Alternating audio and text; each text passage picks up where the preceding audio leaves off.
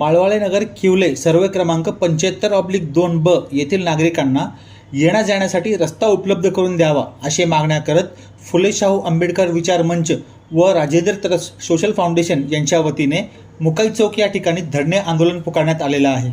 या आंदोलनामध्ये माळवाळे नगर या ठिकाणच्या नागरिकांनी सहभाग घेतला असून आपल्या स्वयंपाकघरातील भांडे व साहित्य घेऊन ते मुकाई चौक या ठिकाणी बसले आहेत। ज्या शेतकऱ्यांकडून त्यांनी जागा खरेदी केली त्यांनीच त्यांचा रस्ता अडवला असल्याचे आरोप ते करत आहेत। त्यांना हा रस्ता मोकळा करून द्यावा, त्याचप्रमाणे महानगरपालिकेने हा रस्ता बनवून द्यावा असे त्यांचे प्रमुख मागण्या आहेत। लोकांना रस्ता लोकांना रस्ता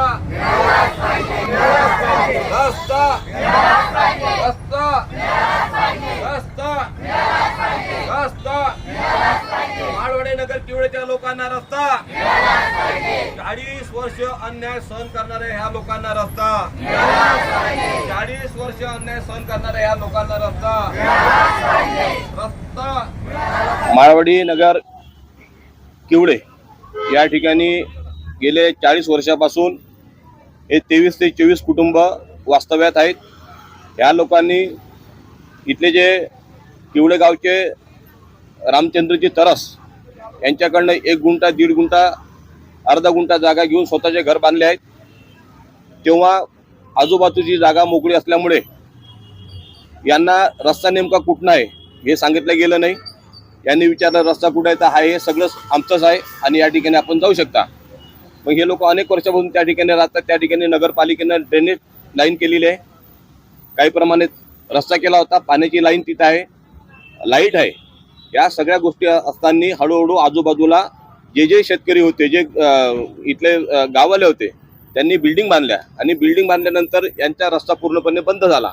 बंद झाल्यानंतर संबंधित ज्या माणसाने यांना जागा विकली ते रामचंद्रजी तरस यांचे पुत्र, त्यांचा मुलगा उत्तम तरस यांच्याकडे त्यांनी रस्त्याची मागणी केली की तुमच्या वडिलांनी आम्हाला जागा विकलेली आहे, आता तुम्ही त्याचे मालक आहे, तुम्ही आम्हाला 10 फुटी रस्ता द्या।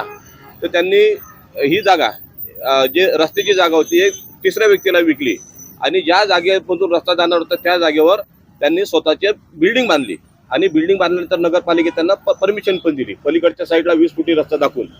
आमचं हेच म्हणणं होतं की आमच्या खरेदी खतावर 10 फुटी रस्ता आहे, हा 10 फुटी रस्ता नेमका कुठं जातो आणि आज तिथं परिस्थिती अशी आहे, जर तुम्ही बघितलं संपूर्ण गटारीचं पाणी हे घरामध्ये जाते, मच्छर तिथं आहे, ड्रेनेजची तिथं साफसफाई नाही, कुठल्याच प्रकारची सुविधा तिथं नाही।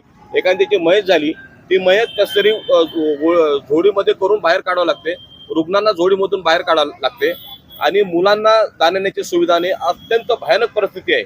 आमचं प्रशासनाला, नगरपालिका असेल, जिल्हाधिकारी असेल, यांना आमचं एकच सांगणं आहे की बाबा जिथं गाव आहे, जिथं घर आहे, तिथून कुठेतरी बाहेर रस्ता निघतो का नाही निघत।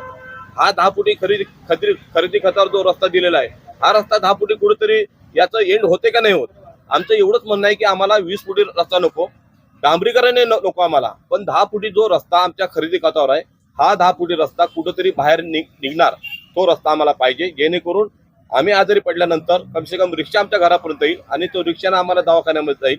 आज कंडिशन काय, शिंदे म्हणून नावाची तिथं गृहस्थ आहे, त्यांची मिसेस घरामध्ये आहे, ते ऑक्सिजनवर आहे, तिला घरामध्येच ऑक्सिजन लावला जाते।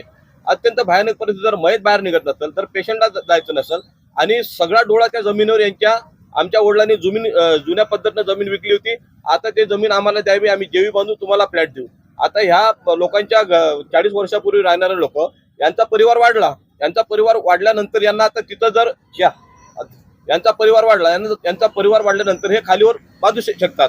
आमचं एवढंच म्हणणं होतं की 10 फुटी जो रस्ता आहे तो 10 फुटी रस्ता कुठेतरी बाहेर निघत असेल। एकूण किती कुटुंब आहेत आणि 23 कुटुंब, त्यांचे मुलं बाळ सगळे साधारणतः 300 ते 350 लोक त्या तिथं राहतात।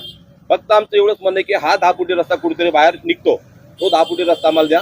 बाकी आमचं दुसरं काहीच म्हणणं नाही, तुम्ही रस्ता कुठनंही काढा, शेवटी तुम्ही जमिनीचे मालक आहे, तुम्ही 10 फुटी खरेदी खतावर रस्ता दिलेला आहे, तुम्ही तो 10 फुटी रस्ता आम्हाला बाहेर कुठं निघतो तेवढं फक्त सांगायचं।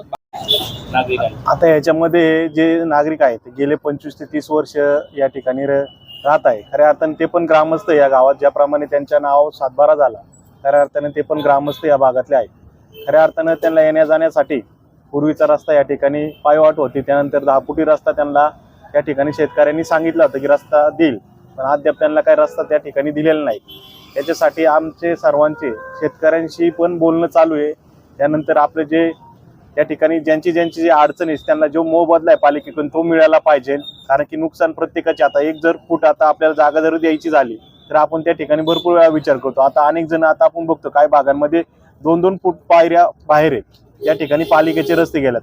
त्या ठिकाणी नागरिकांनी थोडा विचार करून सुटसुटीत रस्ते त्या ठिकाणी झाले पाहिजे.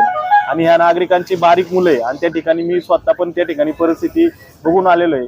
ही भयानक परिस्थिती त्या ठिकाणी झाली. कारण की आता आपण बघतो डेंग्यूची साथ इतक्या मोठ्या प्रमाणात चालू आहे, तर हा मार्ग लवकरात लवकर शेतकऱ्याच्या माध्यमातून मी सोडवण्याचा प्रयत्न करीत आहे. तो सुटणार पण आहे. त्यामध्ये आमचे फुले शाहू आंबेडकर विचार मंचाचे अध्यक्ष धर्माभाऊ तंत्रपाळे यांच्या माध्यमातून या आंदोलनाला आमचा पाठिंबा राहील. आणि आमच्या जे आमच्या मंडळातले किंवा आमचे शिवशक्ती मित्र मंडळ ते पण सभासद या ठिकाणी आलेले, कारण त्यांच्या भागातील त्यांच्या पण थोड्याशा जागा आहेत. सगळ्यांचे रस्ता द्यायला सगळ्यांची तयारी आहे, पण त्या ठिकाणी आपल्याला बसून मार्ग काढण्याचे गरजेचं आहे. दारातून पाणी असे पाय ठेवले तर असं माणूस पडत. ती दिवशी या मुलीला घेऊन शाळेत चालले होते, तिथून असं थोडीशी बोळ आहे, तिथून ही मुलगी बी पडली आणि मी पण पडले. माझा पाय मुरगळला आणि एवढं पाणी एवढं पाणी जमा होतं. घराच्या समोर गवत होतं, पूर्ण मच्छर घरामध्ये, सगळे शेवाळ घरामध्ये. एवढी परिस्थिती खराब आहे आमची. काही मागणी नाही, आम्हाला फक्त रस्ता द्यावा बस. किती वर्ष झाले तुम्हाला, तुम्ही तिथे राहता? मी तर आता आले, पण हे सगळे 25, 30 वर्षापासून राहतात. तरी सुद्धा अजून रस्ता नाहीये रस्ता. मुलांना यांना खायला म्हणलं तर मग इथंच करून खाऊ ना. तिथे मच्छर चावून डेंगू मलेरियाची साथ आलेली. मग इथं रस्त्याला इकडे मच्छर बिच्छर तर नाही फिरणार ना. मग इथंच राहावं, इथंच खावं लेकरं बाळांना घेऊन. एवढ्यांना लहान लहान मुलं आहेत बघा, किती लहान लहान मुलं आहेत. हे पण ताप आणि त्यात ताप, सर्दी, खोकला. हे पण मुले शाळेमध्ये जायचे, आता त्यांना इथं घेऊन बसलेले, शाळेत चाललेले. नाव सांगा तुमचं. माझं मीना जगदने.